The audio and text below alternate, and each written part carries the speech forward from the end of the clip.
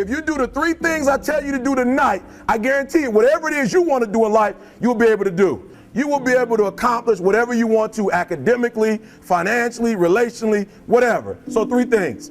All right, now I'm going to tell you the story. I got to get out of here. And the story is about, you guys have probably heard about this before. It was a young man who, he wanted to make a lot of money. And so he went to this guru, right? And he told the guru, I want to be on the same level you're on. And so the guru said, if you want to be on the same level I'm on, I'll meet you tomorrow at the beach at 4 a.m. He like, the beach? I said, I want to make money. I don't want to swim. Guru said, if you want to make money, I'll meet you tomorrow, 4 a.m. So the young man got there at 4 a.m. He all ready to rock and roll, got on the suit. He should have wore shorts. The old man grabs his hand and said, how bad do you want to be successful? He said, real bad. He said, walk on out in the water. So he walks out into the water. Watch this. When he walks out into the water, it goes waist deep. So he like, this guy crazy. Adrian, he like, I want to make money. He got me out here swimming. I didn't ask to be a lifeguard. I want to make money. He got me in. So he said, come out a little further, walked out a little further. Then he had it right around this area, the shoulder area. So this old man crazy. He making money, but he crazy. He said, come on out a little further. Came out a little further. It was right at his mouth. My man like, I'm about to go back in here. This God is mine. So the old man said, I thought you said you wanted to be successful. He said, I do. He said, walk a little further. He came, dropped his head in, held him down, hold him down. My man getting scratching, holding him down. I got you. I know you brushed it out, but I got you. He had him held down. I need you for an illustration. He had him held down. Just before my man was about to pass out, he raised him up. He said, I got a question for you. Somebody answered the question for me. He said, when you were underwater, what did you want to do? Lee, I'm looking for a different word though than lip. What's that word? He said, I wanted to breathe.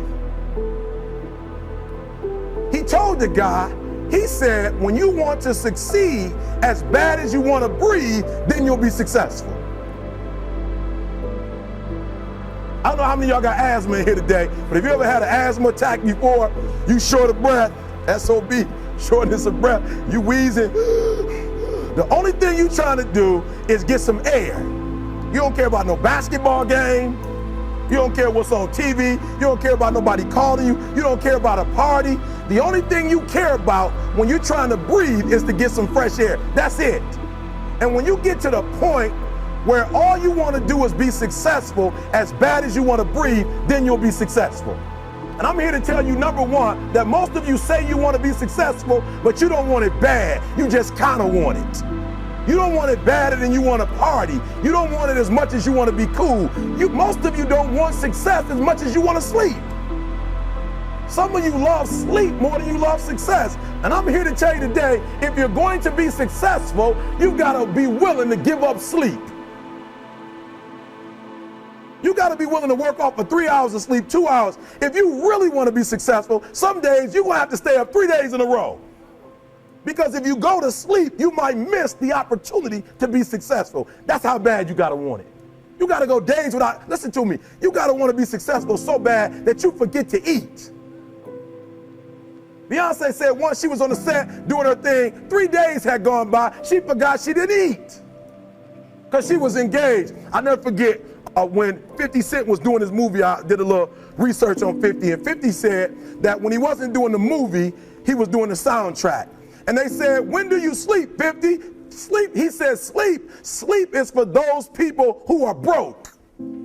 I don't sleep. He said, I got an opportunity to make a dream become a reality. Football players, how many football players? Got anybody like football in here? Raise your hand. Anybody like football? Emmitt Smith. I used to be a Cowboy fan before they did my boy Tom Landry wrong. I used to be a Cowboy fan. And watch this, there was a commercial. Emmitt Smith had won his first Super Bowl, and he had this commercial when he was lifting weights. I don't know if you saw the commercial when he was lifting, and Emmitt said, you know what? I won the Super Bowl, so I can rest now. He was doing his bench press. So he said, I won the Super Bowl, so I can rest now. So he throws up about 325, boom. And he rests for about 2 seconds. Then he's boom, boom, boom. Did you see that? He'd already won a Super Bowl. He said, I think I'm going to take a rest. And he rests for how long? 1 second. Most of you won't be successful because when you're studying and you get tired, you quit. And I'm here to tell you today, if you got somebody came in my office the other day crying, I said, look, don't cry to give up, cry to keep going. Don't cry to quit. You already in pain, you already hurt, get a reward from it. Don't go to sleep until you succeed. Listen to me. I'm here to tell you today that you can come here, you can jump up, you can do flips, you can be excited when we give away money, but listen to me, you'll never be successful until I don't have to give you a dime to do what you do. You won't be successful until you say, I don't need that money, because I got it in here. So listen to me. Emmett Smith said this at the end of the commercial. Emmett Smith said, all men are created equal. Some work harder in preseason. I'm going to say it again because you might have missed it. All men are created equal. Some work harder in preseason. So that means that there are some people who are going to see the professor, going to see the TA. And even when the professor says, I don't meet with you, my TA meets with you, you say, I don't want to talk to your TA. I don't pay the TA. I pay you to teach me. So you're gonna have to find some time to meet me. If I gotta meet you at the mall, if I gotta meet you at your house, you are going to see me. Listen to me, all men are created equal. Some work hard in preseason. When I went to college, guys were way smarter than me. 4.0s, 3.0s, they went to the Ivy League high schools, came to Oakwood from these great high schools. Most of them are not doing what I'm doing. Why? Because it's not about where you come from. It's about heart. You come to a place where, being smart ain't enough. You gotta have heart. That's number one. Watch number two. Number two, catch number two. I wrote it down. I wanted to make sure you got it. It says, watch this. We're talking about sacrifice now. The important thing is this. You're right in why I'm saying it, because I only have about 3 more minutes. Listen to me.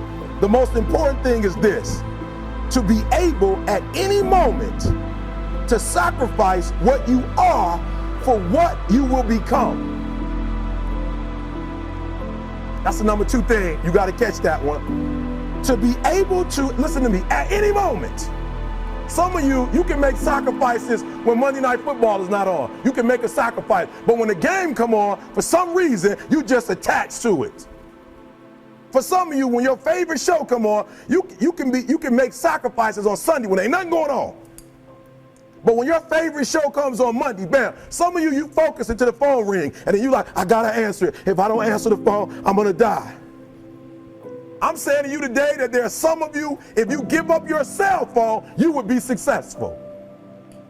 But your cell phone is more important to you than your success. I'm gonna say it again, I'm gonna hurt somebody. Some of you need to give up your cell phone, because the time you spend on your cell phone could be used for your success. The time you could be using to be successful, you're using it on the cell. And the cell phone is not bringing you nothing but a bill. And somebody has told you you couldn't live without it. I'm talking about going deep now, giving up stuff. Watch what it says. To be able at any moment to sacrifice what we are for what we could be. I don't do well in math. You're right. You ain't never studied. I'm not good in writing because you have never written before. But I dare you to fail in writing for a whole year to see if you can get to the end. I dare you to fail. I dare you to take that same class over and over again. I dare you to stop dropping classes like you soft. Always want to give up. I'm dropping. Why are you dropping? I'm so grateful that the slaves didn't drop and quit. Say, I'm just going to stop. I'm a slave. I'm just going to be a slave. I'm going to quit. Listen to me. The slaves said, we will live because one day we will become. We won't always be slaves.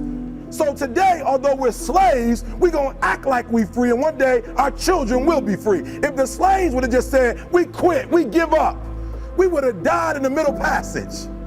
But some slaves said, I don't care what we go through, we're going to survive this. 400 years of slavery, we're going to get through this. And you can't get through it 1825. You can't get through a writing class, and you got tutor after tutor, resource after resource. The problem is, you ain't never felt no pain before. You're soft. It's a soft generation. You quit on everything. Our people did not quit. Harriet Tubman not only made it, she went back and got some more. She said, you know what, I made it, but I'm going to walk listen to me, not ride the bus. I'm going to walk all the way back down to the South to get some more. And you quitting on 1825? Now watch this. You quit after you Listen to me, you get a sleeping bag and you wait for them. You wait for the first WRA instructor to come in and you come out your sleeping bag, I need help. You quit after you do that. You quit after you had, listen to me, a WRA party. I'm having a party, everybody come over. I got food, everything, and let them get over there. Let it be all the best writers. All right, I food y'all. I want to have a writing party.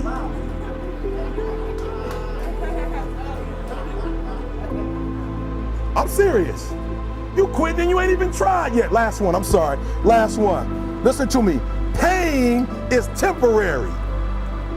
It may last for a minute, or an hour, or a day, or even a year. But eventually, it will subside. And something else will take its place.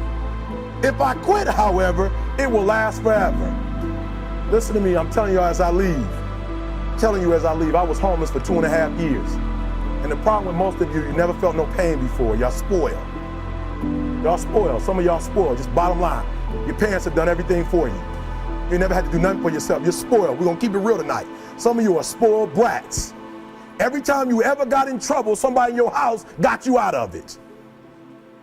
Every time you've done something you're not supposed to do, people say, Eric, your mother's a tyrant. You're right. She kicked me out. You're right. She's mean, but she developed a man because she put me out there and said, you're going to have to grow up. And some of you have never learned to grow up. And so every time something get hard, you quit, you call mama. I dare you to take a little pain. I dare you. I dare you not to go home. Somebody said, I don't go home, I feel bad. Go through it. You ain't gonna die. At the end of pain is success. You're not gonna die because you're feeling a little pain. I'm not eating like I eat at home. That's why you're about to go to the next level, because if you keep eating like you ate at home, you will keep being a boy or a girl.